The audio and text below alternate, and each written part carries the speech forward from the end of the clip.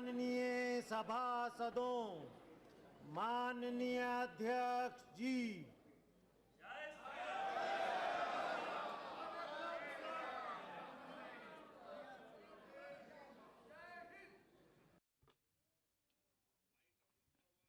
मत संख्या 1,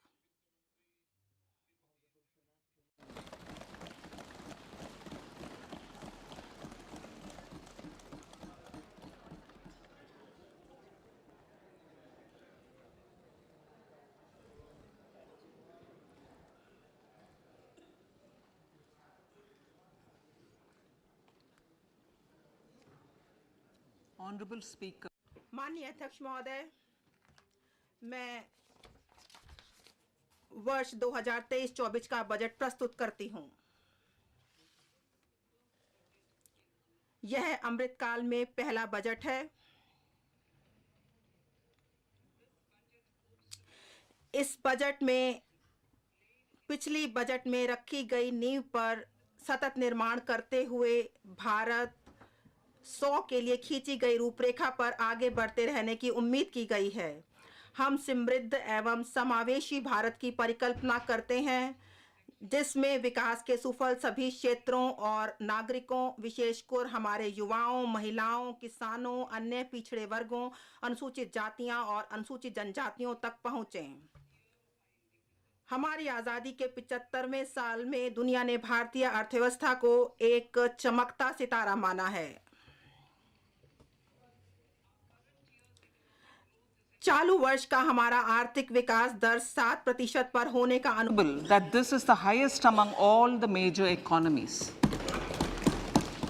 This is in spite of the massive slowdown globally caused by COVID-19 and the war. The Indian economy is therefore on the right track, and despite a time of challenges, heading towards a bright future. Today, as Indians stand with their head held high and the world appreciates India's achievements and successes, we are sure that elders who had fought for India's independence will, with joy, bless us in our endeavors going forward as well. Our focus on wide-ranging reforms and sound policies implemented through Sabka Prayas, resulting in Jan Bhagidari and targeted support to those in need, helped us perform well in trying times.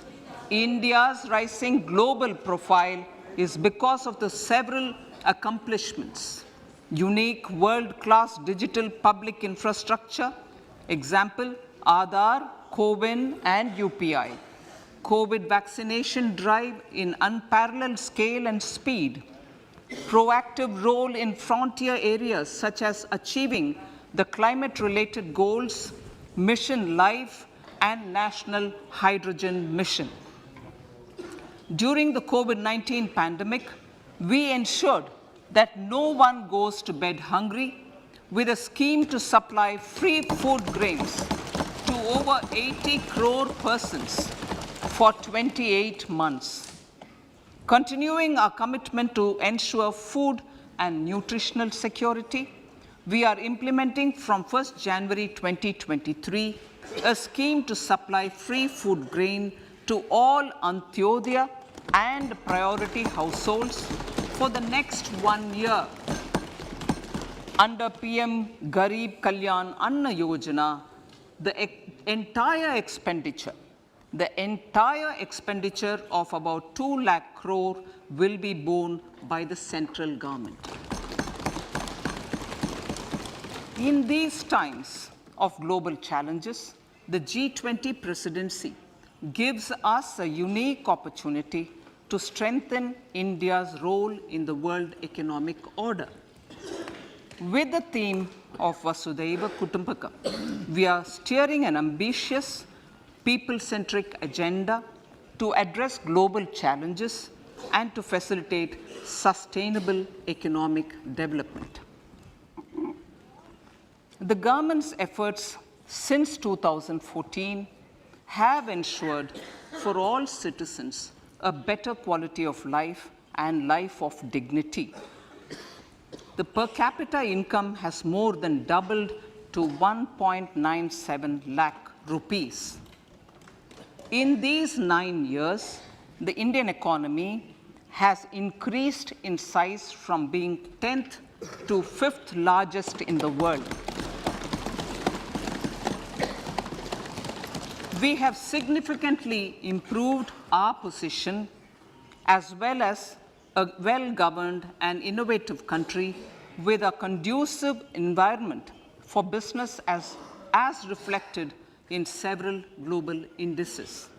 We have made a significant progress in many sustainable development goals.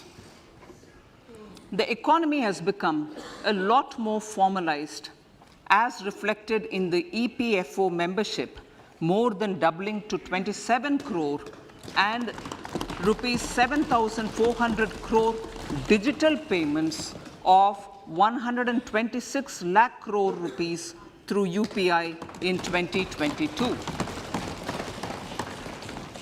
The efficient implementation of many schemes with universalization of targeted benefits has resulted in inclusive development. Some of the schemes are 11.7 crore household toilets under Swachh Bharat mission, which is achieved, 9.6 crore LPG connections under Ujjwala,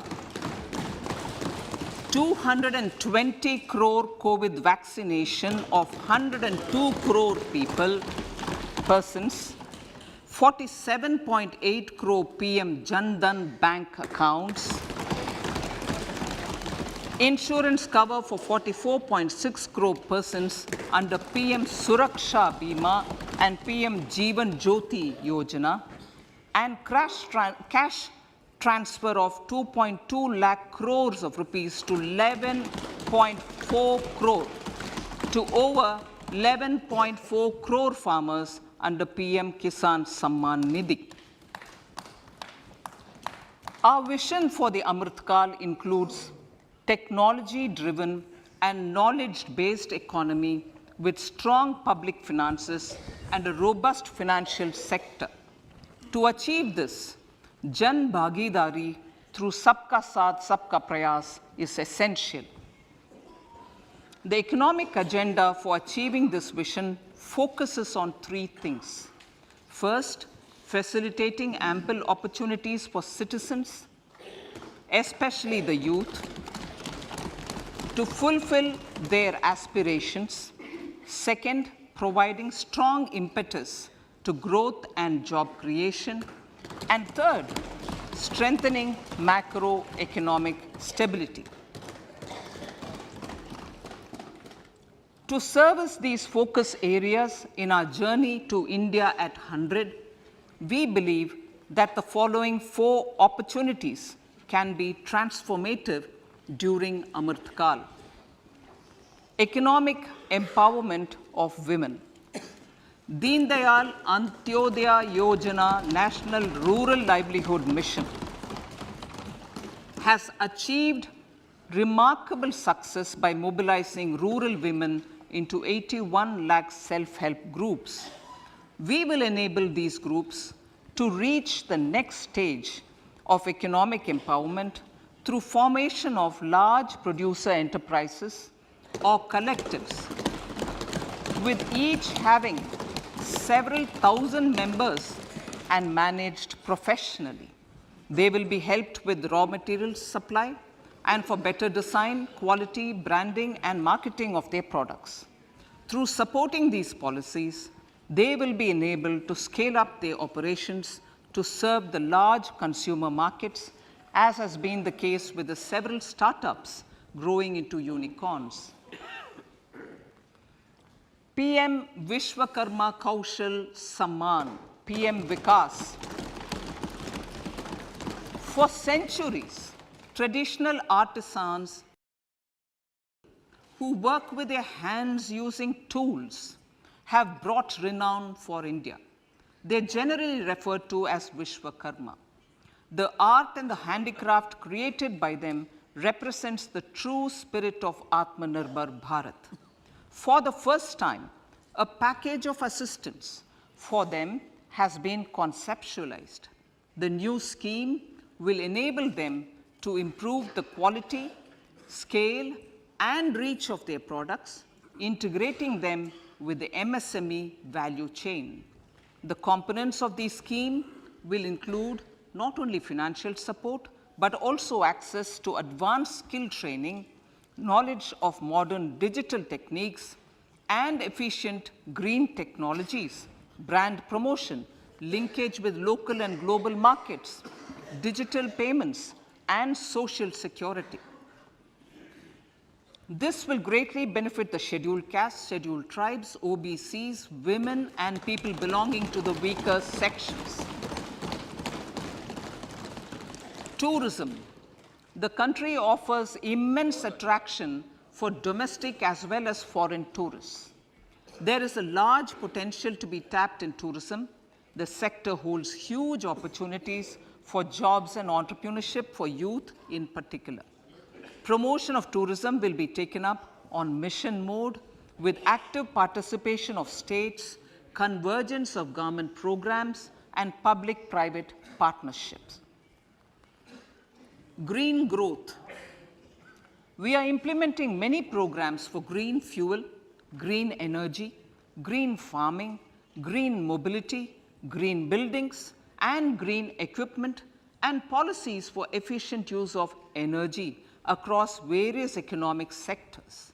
These green growth efforts help in reducing carbon intensity of the economy and provides for large-scale green job opportunities.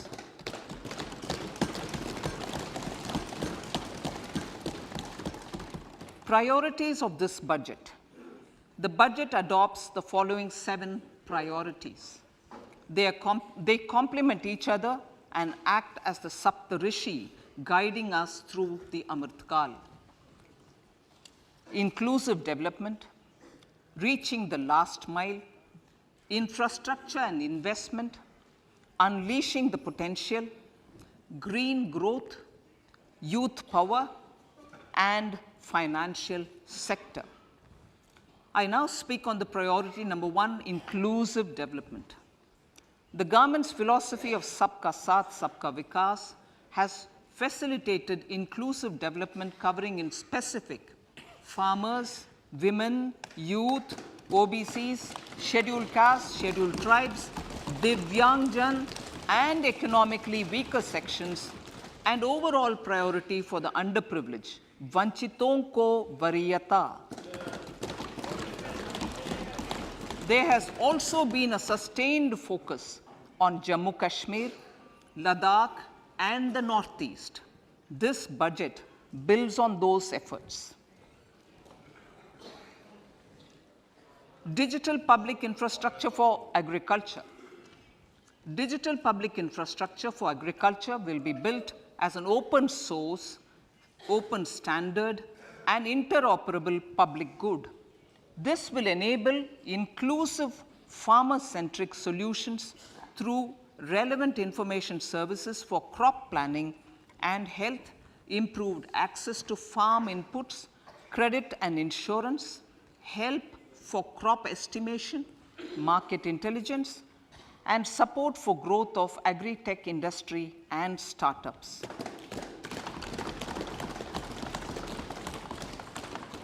An agriculture accelerator fund. An agriculture accelerator fund will be set up to encourage agri startups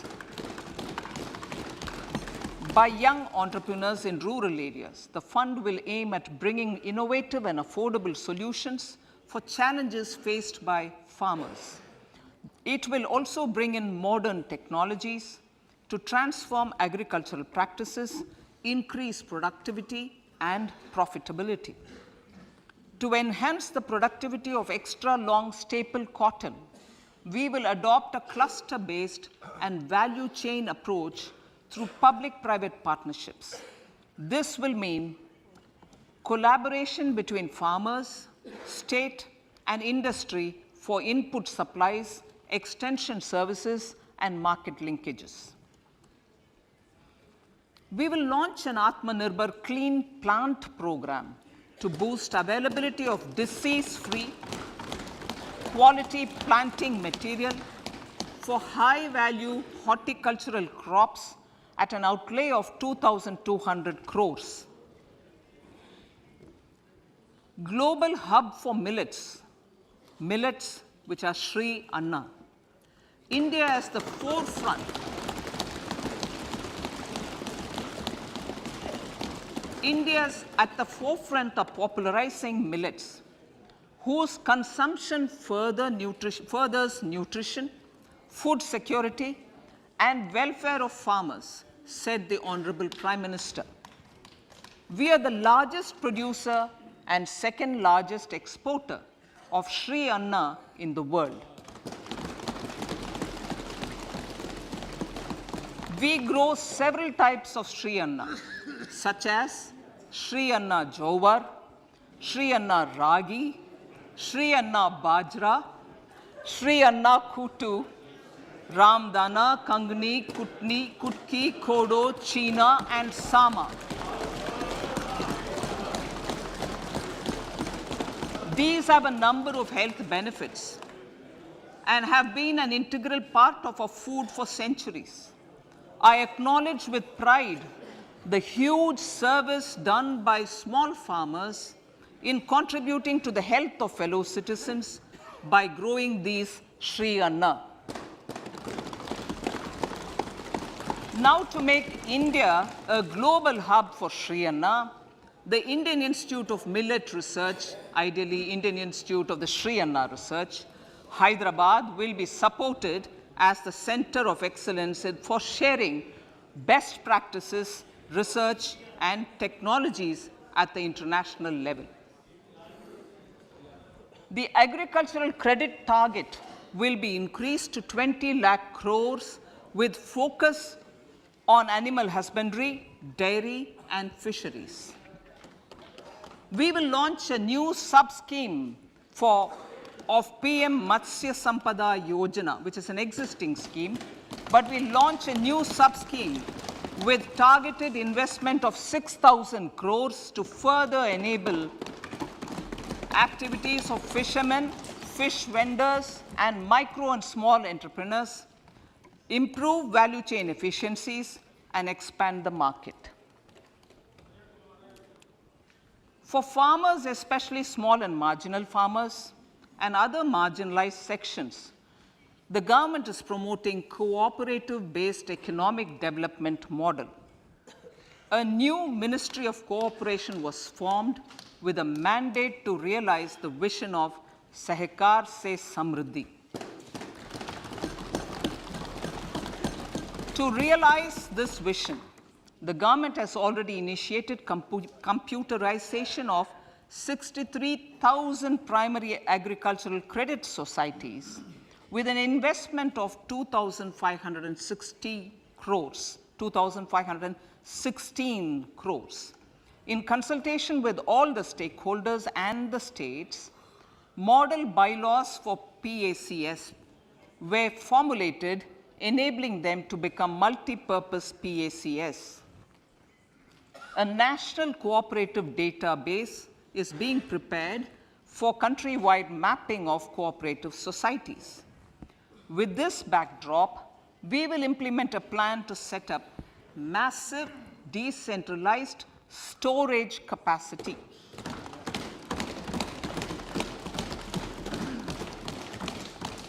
This will help farmers store their produce and realize remunerative prices through sale at appropriate times. The government will also facilitate setting up of a large number of multipurpose cooperative societies, primary fishery societies, and dairy cooperative societies in uncovered panchayat and villages in the next 5 years.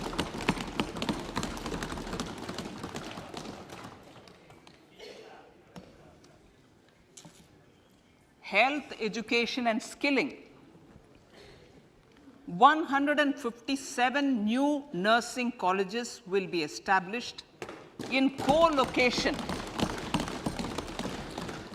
in co-location with the existing 157 medical colleges established since 2014. A mission to eliminate sickle cell anemia by 2047 will be launched. It will entail awareness creation, universal screening of 7 crore people in the age group of 0 to 40 years in affected tribal areas, and counseling through collaborative efforts of central ministries and state governments. Facilities in select ICMR labs, Indian Council for Medical Research Labs, will be made available for research by public and private medical college faculty and private sector R&D teams for encouraging collaborative research and innovation. A new program to promote research and innovation in pharmaceuticals will be taken up through centers of excellence. We shall also encourage industry to invest in research and development in specific priority areas. Dedicated multidisciplinary courses for medical devices will be supported in existing institutions to ensure availability of skilled manpower for futuristic medical technologies, high-end manufacturing, and research. Teachers' training. Teachers' training will be re-envisioned through innovative pedagogy, curriculum transaction, continuous professional development, dipstick surveys, and ICT implementation. The District Institute of Education and Training will be developed as vibrant institutes of excellence for this purpose.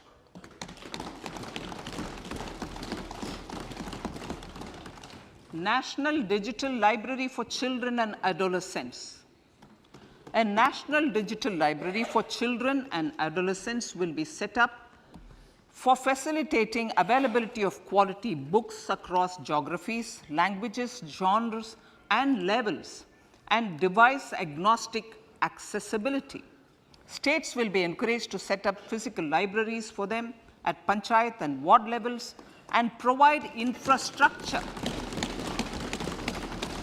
for accessing the national digital library resources.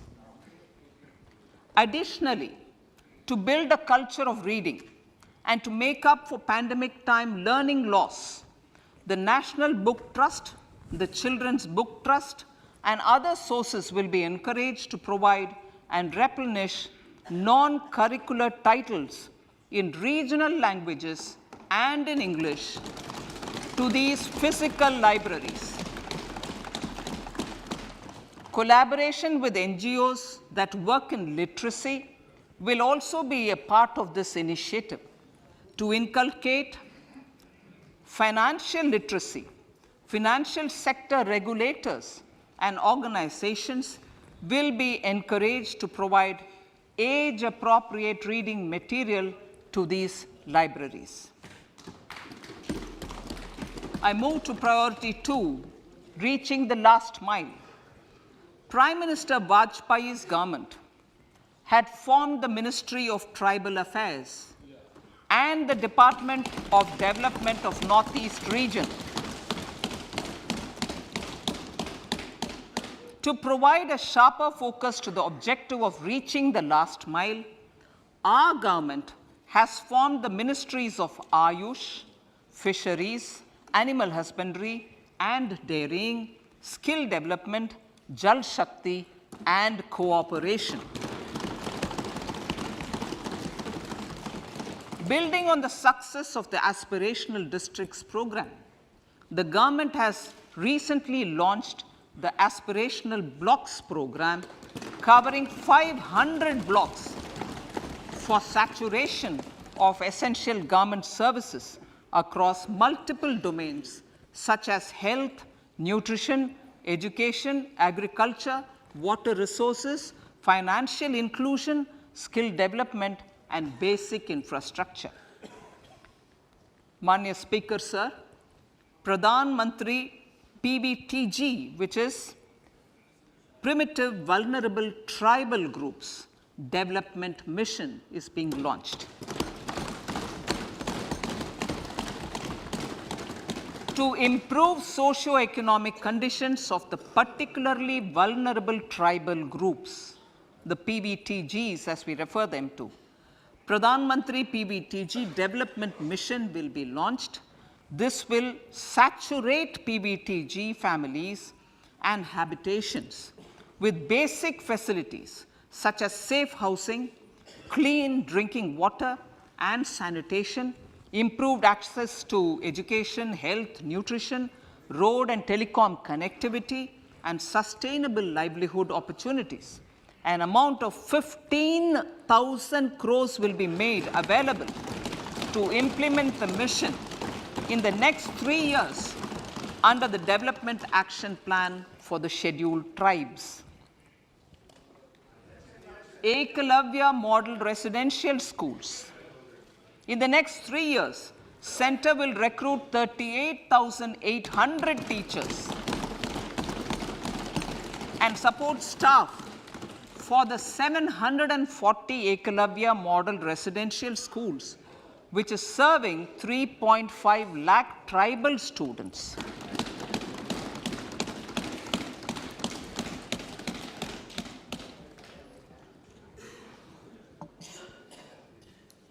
In the drought-prone central regions of Karnataka, central assistance of 5,300 crore will be given to Upper Bhadra project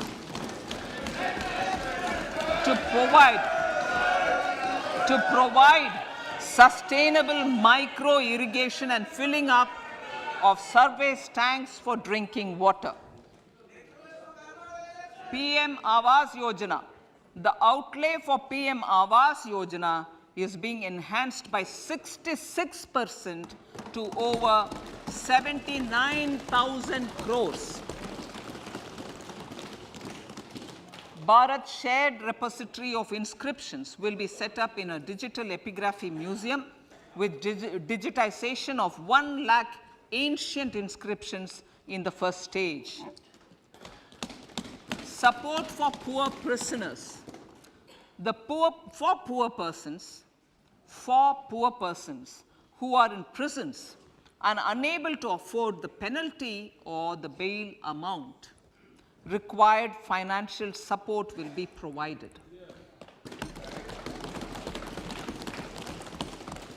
Priority number 3, infrastructure and investment. Investments in infrastructure and productive capacity have a large multiplier impact on growth and employment. After the subdued period of the pandemic, private investments are growing again. The budget takes the lead once again to ramp up the virtuous cycle of investment and job creation. Honorable Speaker, Sir, the capital investment outlay is being increased steeply for the 3rd year in a row by 33% to 10 lakh crores, which would be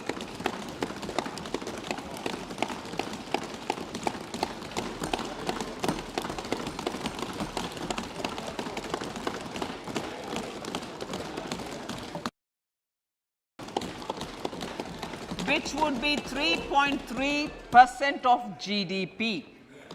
This will almost be 3 times the outlay made in 2019-20.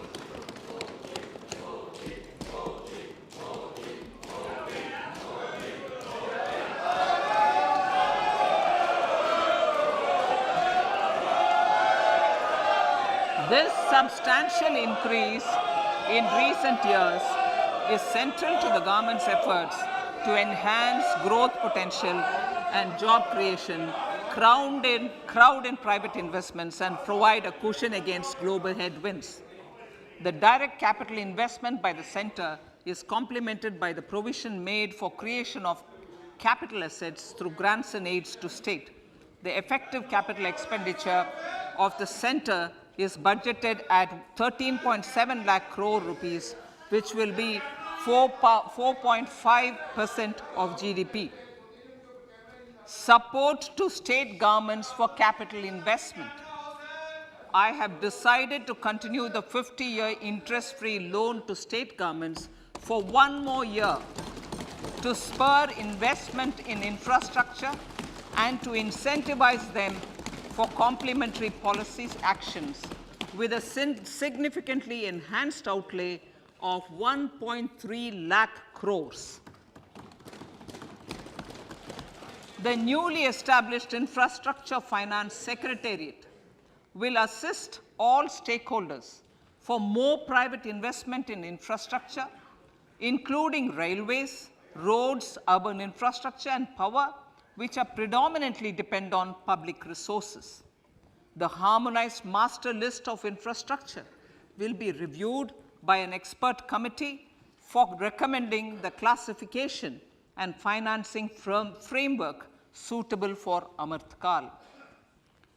A capital outlay, I'm talking about railways now, sir, Honorable Speaker, railways.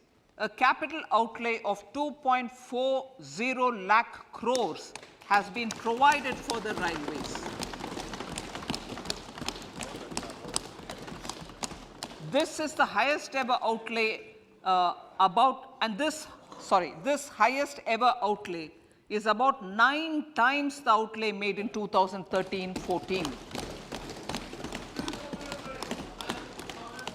100 critical transport infrastructure projects for last and first mile connectivity for ports, coal, steel, fertilizer, and food grain sectors have been identified. They will be taken up on priority with investment of 75,000 crores, including 15,000 crore from private sources.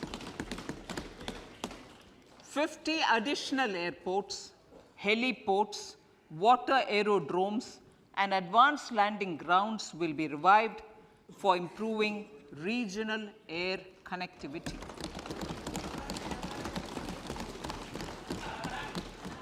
Sustainable cities for tomorrow.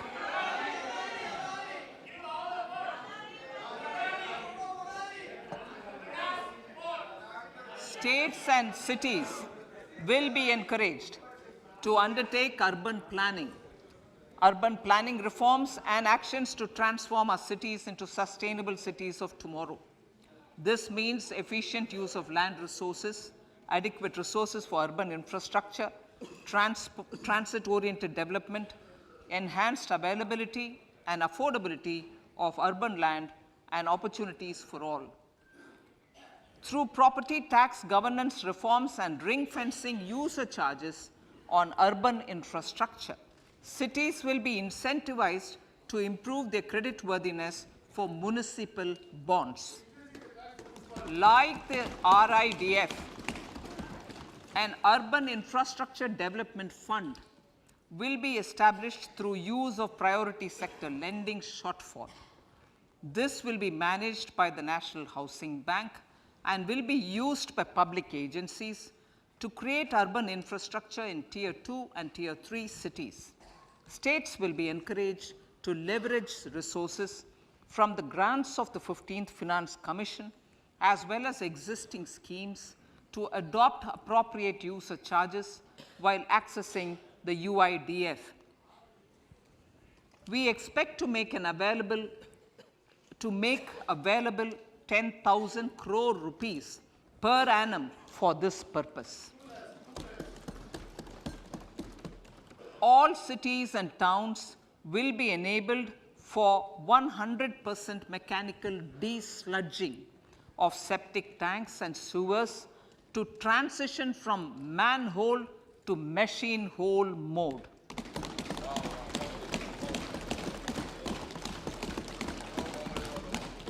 Enhanced focus will be provided for scientific management of dry and wet waste. Honorable Speaker, sir, our Prime Minister had said, good governance is the key to a nation's progress. Our government is committed to providing a transparent and accountable administration. which works for the betterment and welfare of common citizens. Mission Karma Yogi. Under Mission Karma Yogi, center, states and the union territories are making and implementing capacity building plans for civil servants. The government has also launched an integrated online training platform, I Got Karma Yogi, to provide continuous learning opportunities for lakhs of government employees to upgrade their skills and facilitate people-centric approach. Sir, for enhancing ease of doing business, more than 39,000 compliances have been reduced and more than 3,400 legal provisions have been decriminalized. For furthering the trust-based governance, we have introduced the Jan Vishwas Bill to amend 42 central acts. This budget proposes a series of measures to unleash the potential of our economy. Centers of Excellence for Artificial Intelligence. For realizing the vision of Make AI in India and Make AI Work for India, 3 centers of excellence for artificial intelligence will be set up in top educational institutions. Leading industry players will partner in conducting interdisciplinary research, develop cutting-edge applications, and scalable problem solutions in the areas of agriculture, health, and sustainable cities. This will galvanize an effective AI ecosystem and nurture quality human resources in the field. National Data Governance Policy. To unleash innovation and research by startups and academia, a national data governance policy will be brought out. This will enable access to anonymized data. The KYC process will be simplified, adopting a risk-based instead of one-size-fits-all approach. The financial sector regulators will also be encouraged to have a KYC system fully amenable to meet the needs of digital India. One-stop solution for identity and address updating. A one-stop solution for reconciliation and updating of identity and address of individuals maintained by various government agencies, regulators, and regulated entities will be established using DigiLocker service and Aadhaar as foundational identity.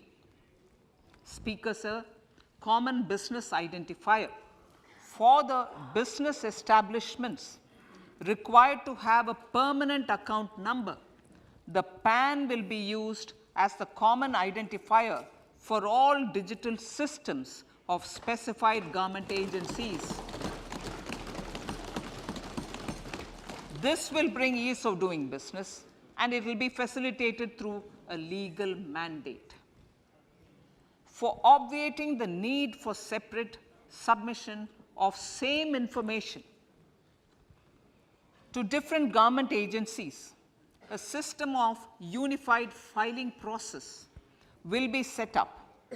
Such filing of information or return in simplified forms on a common portal will be shared with other agencies as per the filer's choice. Vivad se Vishwas 1, relief for MSMEs. In cases of failure by MSMEs to execute contracts during the COVID period, 95% of the forfeited amount relating to the bid or performance security will be returned to them by government and government undertakings. This will provide relief to the MSMEs. Vivad Se Vishwas 2, settling contractual disputes. To settle contractual disputes of government and government undertakings, wherein arbitral award is under challenge in a court, a voluntary settlement scheme with standardized terms will be introduced. This will be done by offering graded settlement terms depending on pendency level of the dispute. The state support mission of Niti Aayog will be continued for 3 years for our collective efforts towards national priorities. Result-based financing. To better allocate scarce resources for competing development needs, the financing of select schemes will be changed on a pilot basis from input-based to result-based. E-courts. For efficient administration of justice, phase 3 of e-courts projects phase 3 of the e-courts project will be launched with an outlay of 7,000 crores. Fintech services in India have been facilitated by our digital public infrastructure, including Aadhaar, PM Jan Dhan Yojana, Video, KYC, India Stack, and UPI. To enable more fintech innovative services, the scope of documents available in DigiLocker for individuals will be expanded. An entity DigiLocker will be set up for the use by MSMEs, large businesses, and also charitable trusts. This will be towards storing and sharing documents online securely whenever needed with various authorities, regulators, banks, and other business entities. 5G services. 100 labs for developing applications using 5G services will be set up in engineering institutions.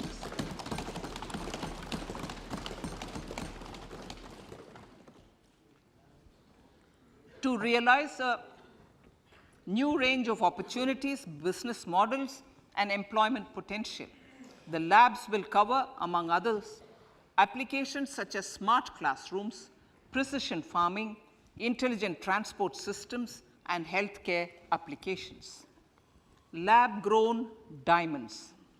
Lab-grown diamonds is a technology and innovation-driven emerging sector with high employment potential. These environment-friendly diamonds, which have optically and chemically the same properties as natural diamonds. To encourage indigenous production of LGD, lab-grown diamond seeds and machines, and to reduce import dependency, a research and development grant will be provided to one of the IITs for 5 years.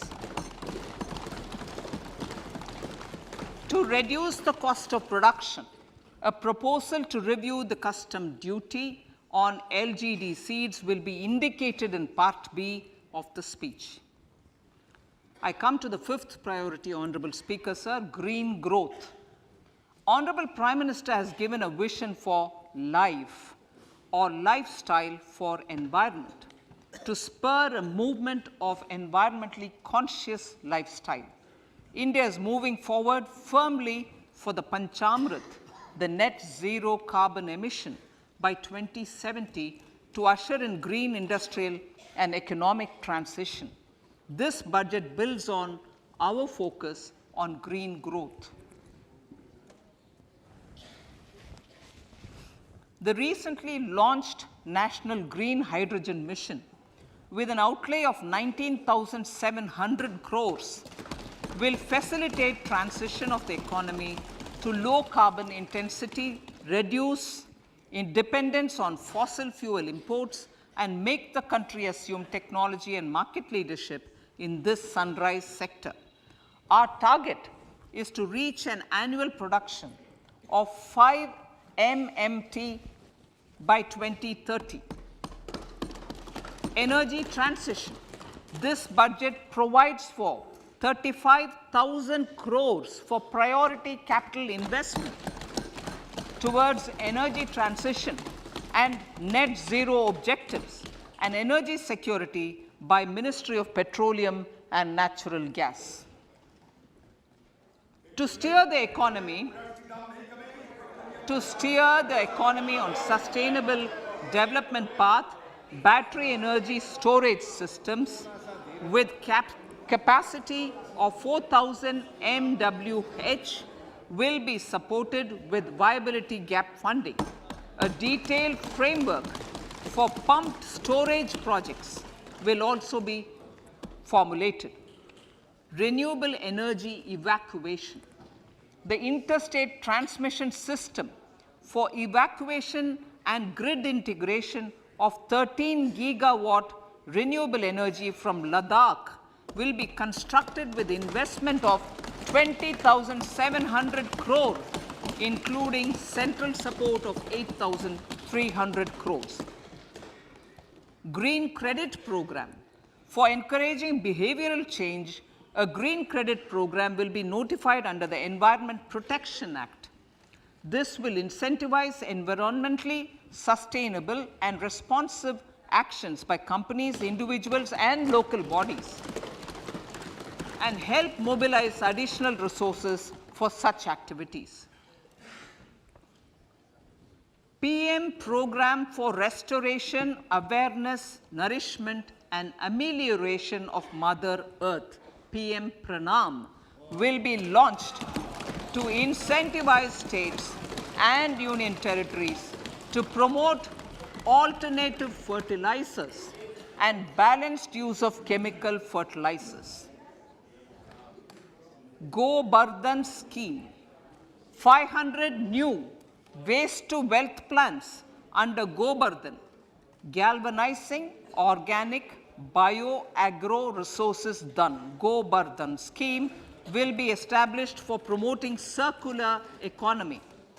These will include 200 compressed biogas plants, including 75 plants in urban areas, and 300 community or cluster-based plants at a total investment of 10,000 crores. I will refer to this in Part B also. In due course, a 5% CBG mandate will be introduced for all organizations marketing natural and biogas. For collection of biomass and distribution of biomanure, appropriate fiscal support will also be provided. Bharatiya Prakritik Kheti Bio Input Resource Centers. Over the next 3 years, we will facilitate 1 crore farmers to adopt natural farming. For this, Honorable Speaker, 10,000 bio input resource centers will be set up, creating a national level distributed micro fertilizer and pesticide manufacturing network. Mishti.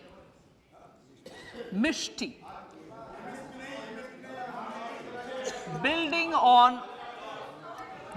on India's success in afforestation, mangrove initiative for shoreline habitats and tangible incomes, Mishti, will be taken up for mangrove plantation along the coastline and on salt pan lands wherever feasible through convergence between Manrega, Campa Fund and other sources. Amrit Dharohar. Wetlands are vital ecosystems which sustain biological diversity. In his latest Mann Ki Baat, the Prime Minister said, now, I quote, now the total number of Ramsar sites in our country has increased to 75, whereas before 2014, there were only 26, unquote. Local communities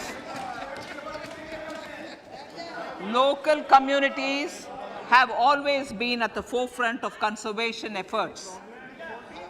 the government will promote their unique conservation values through Amrit Dharohar, a scheme that will be implemented over the next 3 years to encourage optimal use of wetlands and enhance biodiversity, carbon stock, ecotourism opportunities, and income generation for local communities. Coastal shipping. Coastal shipping will be promoted as the energy efficient and lower cost mode of transport, both for passengers and freight, through PPP mode with viability gap funding. Vehicle replacement. Vehicle replacement is an important continuing policy, replacing the old political, I know, replacing, absolutely, thank you. Replacing old polluting vehicles. May be applicable, right?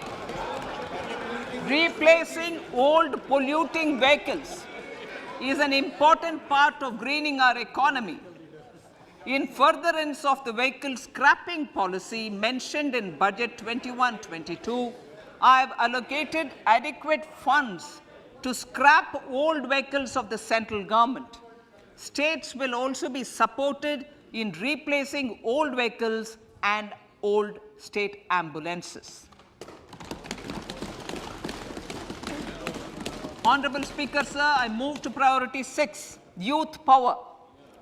To empower our youth and help the Amrit PD realize their dreams, we have formulated the national education policy, which is very wide in its scope, but one of the things is also to focus on skilling, adopted economic policies that facilitate job creation at scale and have supported business opportunities.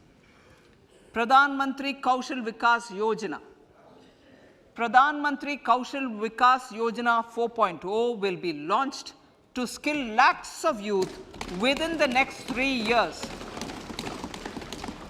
On-job training, industry partnership, and alignment of courses with needs of industry will be emphasized. The scheme will also cover new age courses for Industry 4.0 like coding, AI, robotics, mechatronics, IoT, 3D printing, drones, and other soft skills. To skill youth for international opportunities, 30 Skill India International Centers will be set up across different states. The digital ecosystem for skilling will be further expanded with the launch of a unified platform for enabling demand-based formal skilling, linking with employers including MSMEs, and facilitating access to entrepreneurship schemes. To provide stipend support to 47 lakh youths in 3 years, direct benefit transfer under a pan-India national apprenticeship promotion scheme will be rolled out. Tourism. Honorable Speaker, sir, with an integrated and innovative approach, at least 50 destinations will be selected through challenge mode. In addition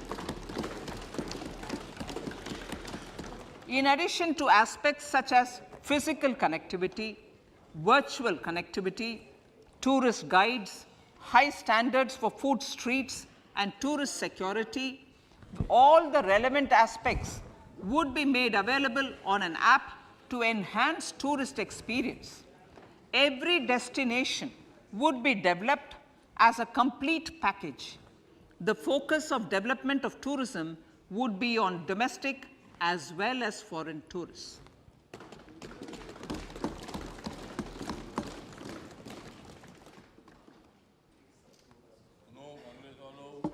Sector-specific skilling and entrepreneurship development will be dovetailed to achieve the objectives of Dekho Apna Desh initiative. This was launched as an appeal by the Honorable Prime Minister to the middle class to prefer domestic tourism over international tourism.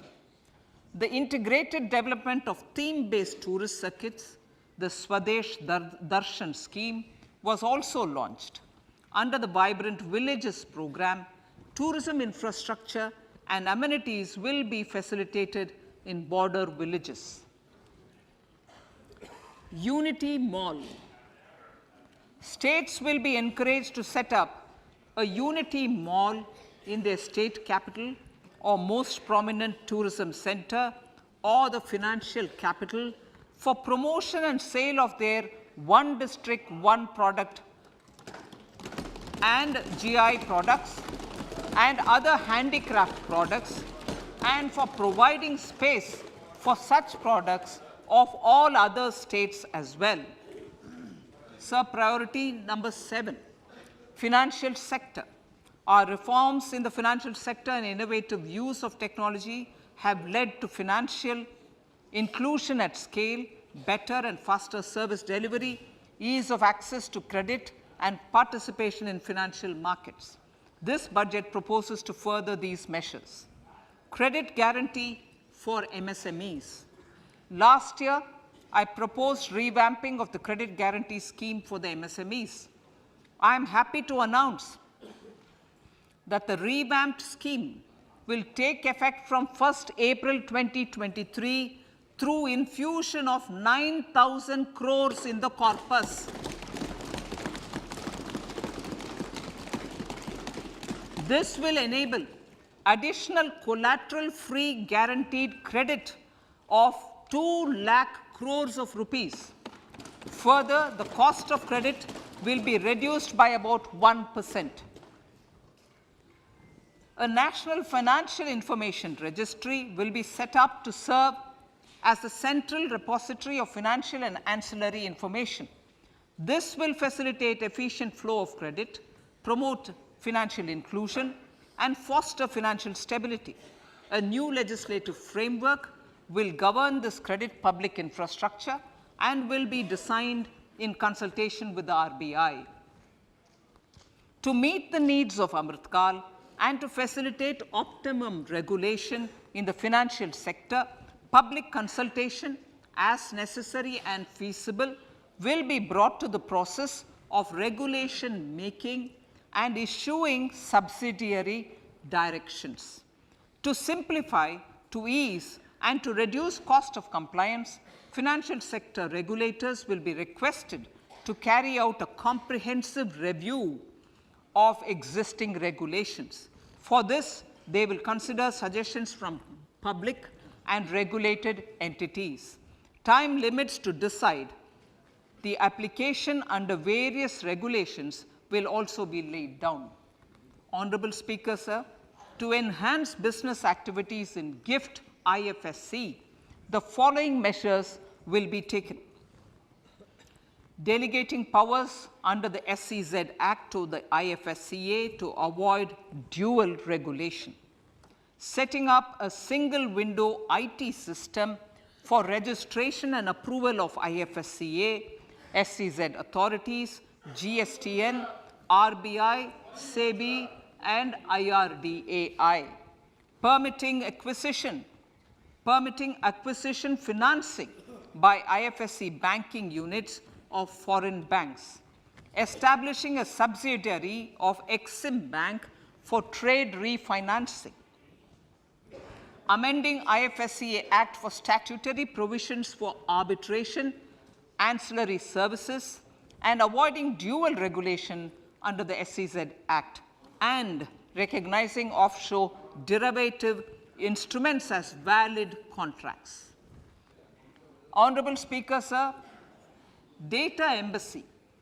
For countries looking for digital continuity solutions, we will facilitate setting up of their data embassies in GIFT IFSC.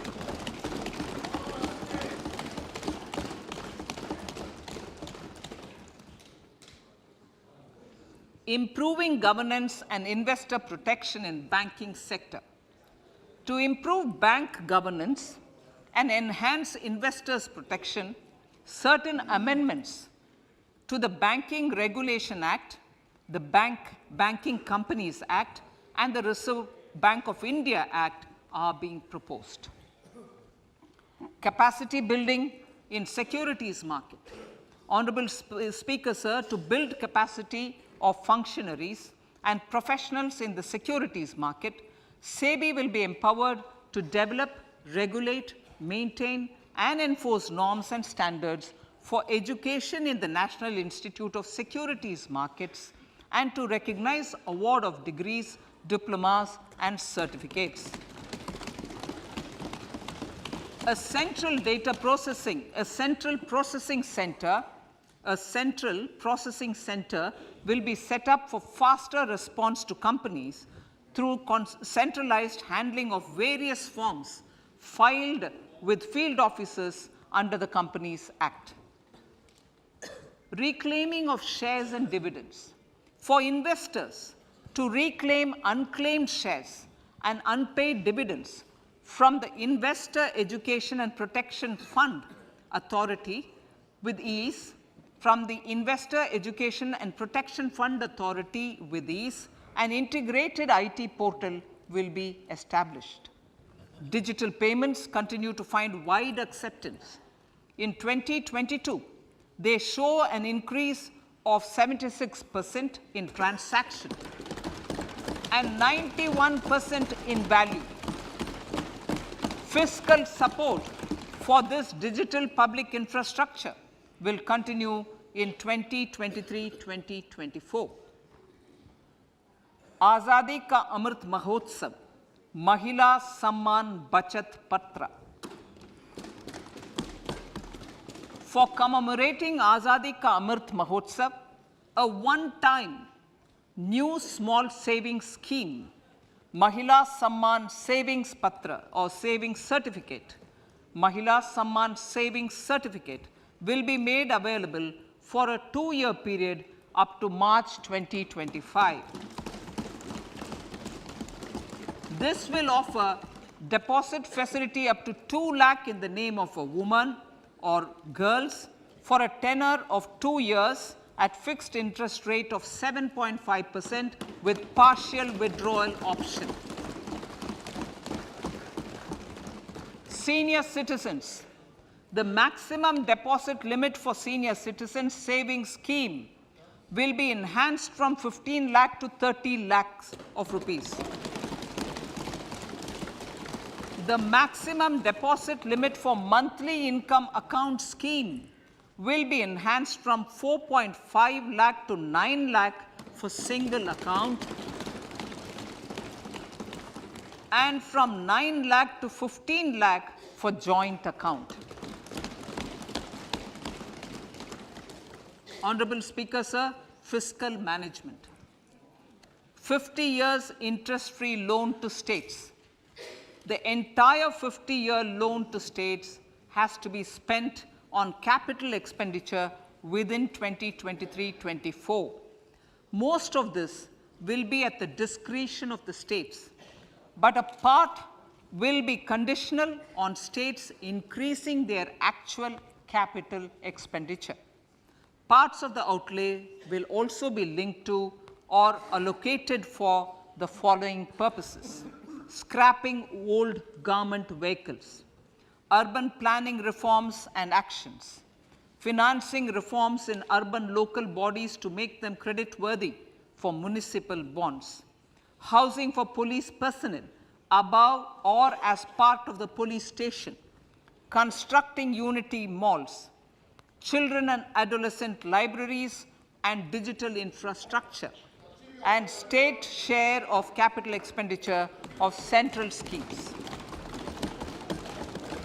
Honorable Speaker, sir, fiscal deficit of states.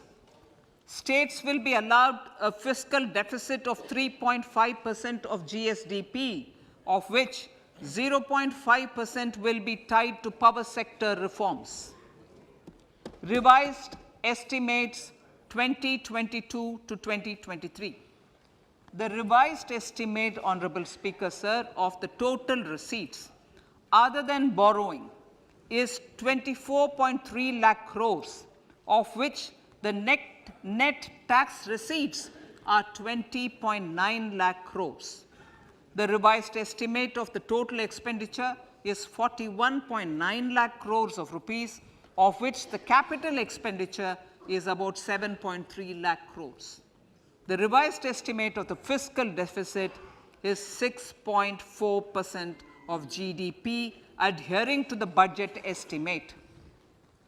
So, budget estimates of 2023-24. Coming to 2023-24, the total receipts other than borrowings and the total expenditure are estimated at 27.2 lakh crores and 45 lakh crores respectively. The net tax receipts are estimated at 23.3 lakh crores. The fiscal deficit is estimated to be 5.9% of the GDP.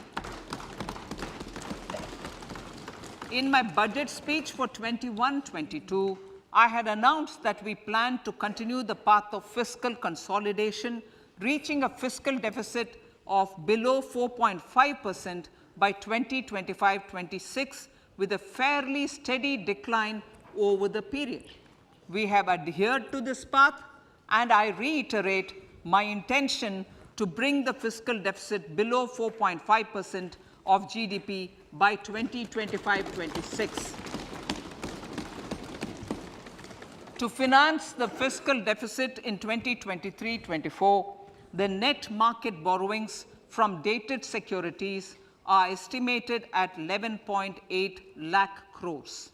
The balance financing is expected to come from small savings and other sources. The gross market borrowings are estimated at 15.43 lakh crores of rupees. Honorable Speaker, sir, I now move to Part B.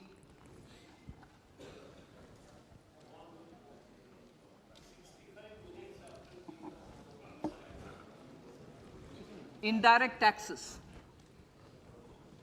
My indirect tax proposals will aim to promote exports, boost domestic manufacturing, enhance domestic value addition, encourage green energy and mobility. A simplified tax structure with fewer tax rates helps in reducing compliance burden and improving tax administration. I propose to reduce the number of basic customs duty rates on goods other than textiles and agriculture from 21 to 13. As a result, there are minor changes in the basic custom duties, cesses and surcharges on some items including toys, bicycle, automobiles and naphtha. Green mobility.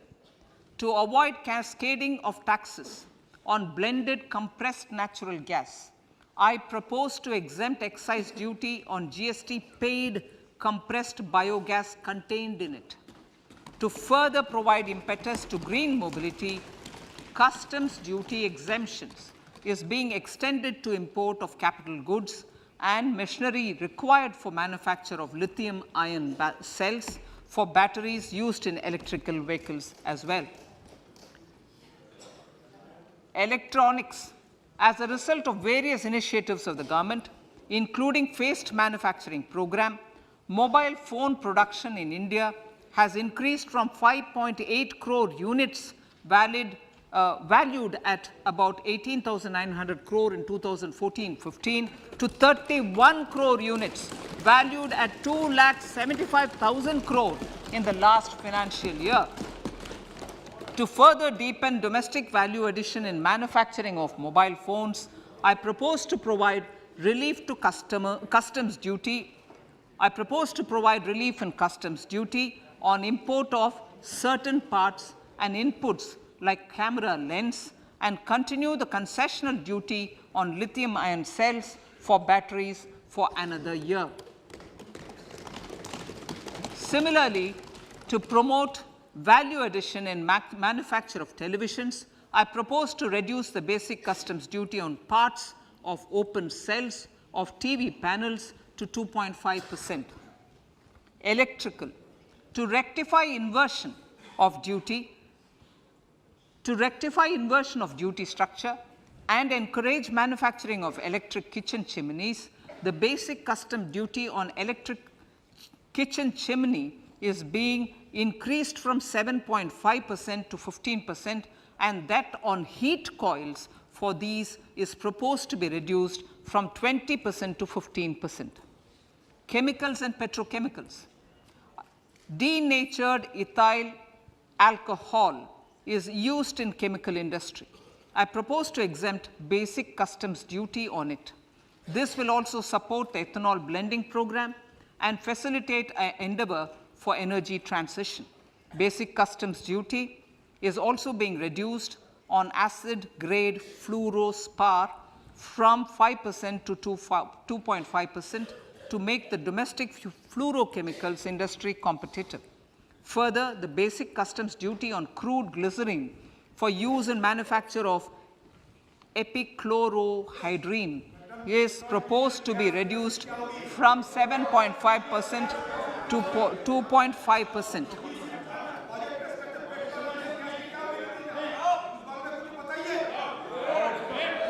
Marine products. In the last financial year, marine products recorded the highest export growth, benefiting farmers in the coastal states of the country. To further enhance the export competitiveness of marine products, particularly shrimps, duty is being reduced on key inputs for domestic manufacture of shrimp feed. India is a global leader, as I said in Part A, in cutting and polishing of natural diamonds, contributing about 3/4 of the global turnover by value. With the depletion of deposits of natural diamonds, the industry is moving towards lab-grown diamonds, and it holds huge promise. To seize this opportunity, I propose to reduce the basic customs duty on seeds used in their manufacture. Customs duties on dore or doré and bars of gold and platinum were increased earlier this fiscal. I propose to increase the duties on articles made therefrom to enhance the duty differential. I also propose to increase the import duty on silver doors, bars, and articles to align them with that on gold and platinum. To facilitate availability of raw materials for the steel sector, exemptions from basic custom duty on raw materials for manufacture of CRGO steel, ferrous scrap, and nickel cathode is being continued. Similarly, the concessional BCD of 2.5% on copper scrap is also being continued to ensure the availability of raw materials for secondary copper producers who are mainly in the MSME sectors. Compounded rubber. The basic custom duty rate on compounded rubber is being increased from 10% to 25% or 30 kg, whichever is lower, at par with that of natural rubber other than latex, to curb circumvention of duty. Cigarettes. National calamity contingent duty on specified cigarettes was last revised 3 years ago. This is proposed to be revised upwards by about 16%. Direct taxes. I now come to my direct tax proposals. Honorable Speaker, these proposals aim to maintain continuity and stability of taxation, further simplify and rationalize various provisions to reduce the compliance burden, promote the entrepreneurial spirit, and provide tax relief to citizens. It has been constant endeavor of the Income Tax Department to improve taxpayers' services by making compliance easy and smooth. Our taxpayers portal received a maximum of 72 lakh returns in a day, processed more than 6.5 crore returns this year. Average processing period reduced from 93 days in financial year 13-14 to 16 days only now. And 45% of the returns were processed within 24 hours. We intend to further improve this, roll out the next generation common IT return form for taxpayer convenience, and also plan to strengthen the grievance redressal mechanism. MSMEs and professionals. MSMEs are growth engines of our economy. Micro enterprises with turnover up to 2 crore of rupees and certain professionals with turnover of up to 50 lakh rupees can avail the benefit of presumptive taxation. I propose to provide enhanced limits of 3 crore and 75 lakh respectively to the taxpayers whose cash receipts are no more than 5%. Whose cash receipts are no more than 5%. Moreover, to support MSMEs in timely receipt of payments, I propose to allow deduction for expenditure incurred on payments made to them only when payment is actually made. Cooperation. Cooperation is a value to be cherished. In realizing our Prime Minister's goal for Sehkar Se Samriddhi and his resolve to connect the spirit of cooperation with the spirit of Amrit Kal, in addition to the measures proposed in Part A, I have a slew of proposals for the cooperation sector. First, new cooperatives that commence manufacturing activities till 2024 31st March shall get the benefit of a lower tax rate of 15%, as is presently available to new manufacturing companies.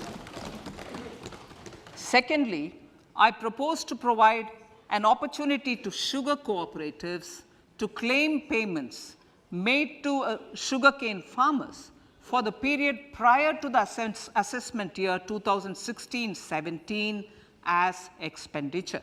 This is expected to provide them a relief of almost 10,000 crores. Thirdly, I am providing a higher limit of 2 lakh per member for cash deposits to loans in cash by primary agricultural cooperative societies and primary cooperative agriculture and rural development banks. I repeat that. Thirdly, I am providing a higher limit of 2 lakh per member for cash deposits to and loans in cash by primary agricultural cooperative societies and primary cooperative agricultural and rural development banks. Similarly, a higher limit of 3 crore for TDS on cash withdrawal is being provided to cooperative societies.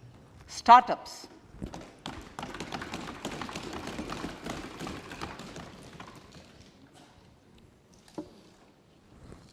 Entrepreneurship is vital for a country's economic development.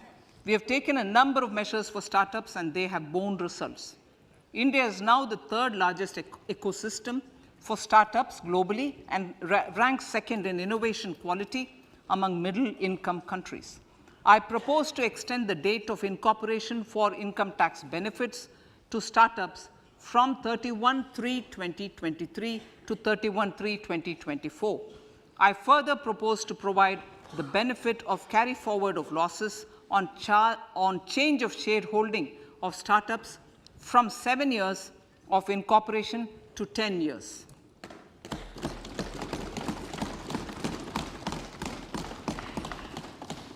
To reduce the pendency of appeals at commissioner level, I propose to deploy about 100 joint commissioners for disposal of small appeals. We shall also be more selective in taking up cases for scrutiny of returns already received this year. Better targeting of tax concessions. For better targeting of tax concessions and exemptions, I propose to cap deduction from capital gains on investment in residential house under Section 54 and Section 54F to 10 crores. Another proposal with similar intent is to limit income tax exemption from proceeds of insurance policies with very high value. Rationalization. Honorable Speaker, sir, there are a number of proposals relating to rationalization and simplification.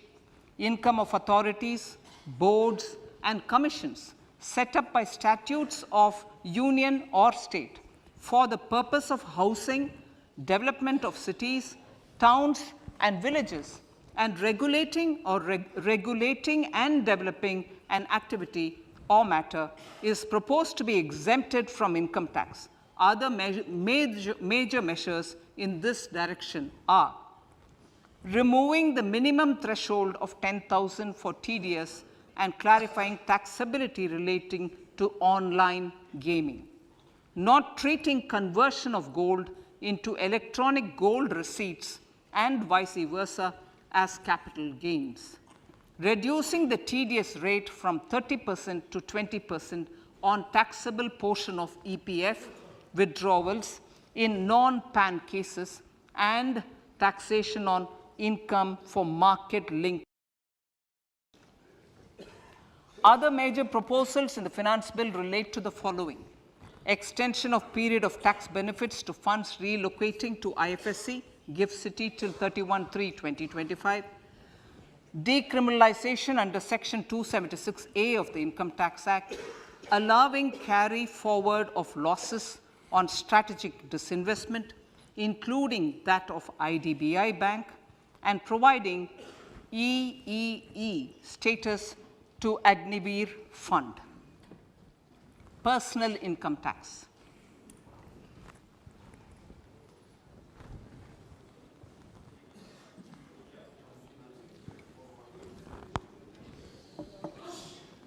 Now I come to what everyone is waiting for. Personal income tax. I have 5 major announcements to make in this regard. These primarily benefit our hard-working middle class. The first one concerns rebate. Currently, those with income up to 5 lakh do not pay any tax, do not pay any income tax in both old and new regimes. I propose to increase the rebate limit to 7 lakhs in the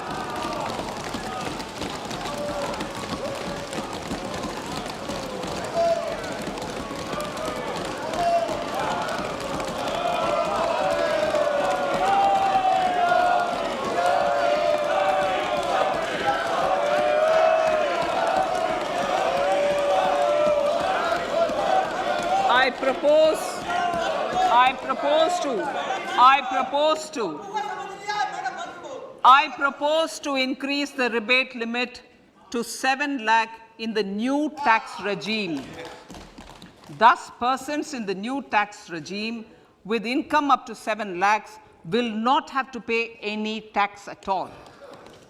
The second proposal relates to middle class individuals. I had introduced in the year new personal income tax regime with 6 income slabs starting from 2.5 lakh. I propose to change the tax structure in this regime by reducing the number of slabs to 5 and increasing the tax exemption limit to 3 lakhs. The new tax rates are 0 to 3 lakh, nil; 3 to 6 lakhs, 5%; 6 to 9 lakhs, 10%; 9 to 12 lakh, 15%; 12 to 15 lakhs, 20%; and above 15 lakhs, 30%. This will provide major relief to all taxpayers in the new regime. An individual with an annual income of 9 lakhs will be required to pay only 45,000 rupees. This is only 5% of his or her income. It is a reduction of 25% on what he or she is required to pay now. That is 60,000. So in the place of 60,000, it is now only 45,000. Similarly, an individual with an income of 15 lakh rupees would be required to pay only 1.5 lakh or 10% of his income or her income, a reduction of 20% from the existing liability of 1,87,500 rupees. My third proposal is for the salaried class and the pensioners, including family pensioners, for whom I propose to extend the benefit of standard deduction to the new tax regime. Each salaried person with an income of 15.5 lakh rupees or more will thus stand to benefit by 52,500 rupees. My fourth announcement in personal income tax is regarding the highest tax rate, which in our country is 42.74%. This is among the highest in the world. I propose to reduce the highest surcharge rate from 37% to 25% in the new tax regime.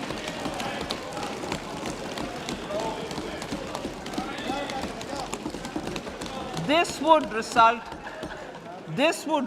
in reduction of the maximum rate. This would result in the reduction of the maximum tax rate to 39%. Lastly, the limit of 3 lakh rupees for tax exemption on leave encashment on retirement of non-government salaried employees was last fixed in the year 2002, when the highest basic pay in the government was only 30,000 rupees per month. In line with the increase in the government salaries, I am proposing to increase this limit to 25 lakh rupees.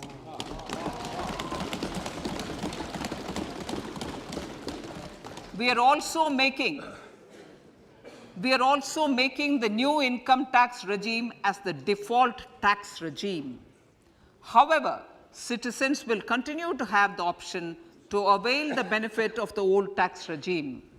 Apart from these, I am also making some other changes as given in the annexure. As a result of these proposals, revenue of about 38,000 crore to 37,000 crore in direct taxes and rupees 1,000 crore in indirect taxes will be foregone, while revenue of about 3,000 crore will be additionally mobilized. Thus, the total revenue foregone is about 35,000 crores annually. Honorable Speaker, sir, with these words, I commend the budget to this August House.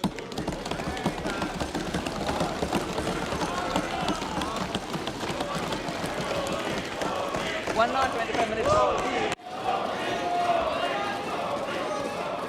Item number 1, माननीय item number 2, Shrimati Nirmala Sitharaman ji. Sir, with your permission, I lay on the table of the following statements. Under Section 3(1) of the Fiscal Responsibility Budget Management Act 2003, 1. Medium-term fiscal policy cum fiscal policy strategy statement and macroeconomic framework statement. माननीय सदस्यगण, जैसा कि आपको समाचार भाग 2 के माध्यम से पहले ही सूचित किया जा चुका है कि माननीय वित्त मंत्री जी के बजट भाषण की प्रतियां हार्ड कॉपी के रूप में उपलब्ध कराई गई है. आप बजट भाषण की अपनी अपनी प्रति प्रकाशन पलक से ले लें. आपको ये भी सूचित किया लहलहाती फसल, भरे पूरे खेत खलिहान, हर किसान का बस यही अरमान. लेकिन कभी बारिश, कभी बिजली, कभी ओला, कभी सूखा. भैया खेती में तो जोखम रहता ही है, अब क्या करें? अब प्रकृति का कोनो उपाय है का? प्रकृति का तो नहीं, मगर नुकसान का उपाय है. अच्छा? हाँ, AIC से फसल बीमा. फसल बीमा? मतलब मामूली सा प्रीमियम दो और बड़ी चिंता से मुक्ति पाओ. अरे वाह! जब AIC का है साथ तो ना डर ना फिक्र की बात. Agriculture insurance company of India limited. AIC. ये युद्ध है, यहाँ कुछ भी हो सकता है. इस लड़ाई को मुझे जिंदा रखना है. मुझ जैसे कई लोग हैं जो आपका साथ देना चाहते हैं. अंग्रेजों के देसी सैनिकों ने अपने ही अफसरों के मुंह पर तूफे तान दी. आप तो मणिपुर के युवराज हैं. ये सब अत्याचार क्यों सहन कर रहे हैं? सहन नहीं, प्रतीक्षा कर रहा हूँ सही समय की. स्वराज के लिए जिए हैं, स्वराज के लिए ही मरेंगे. भारत माता की जय! भारत माता की जय!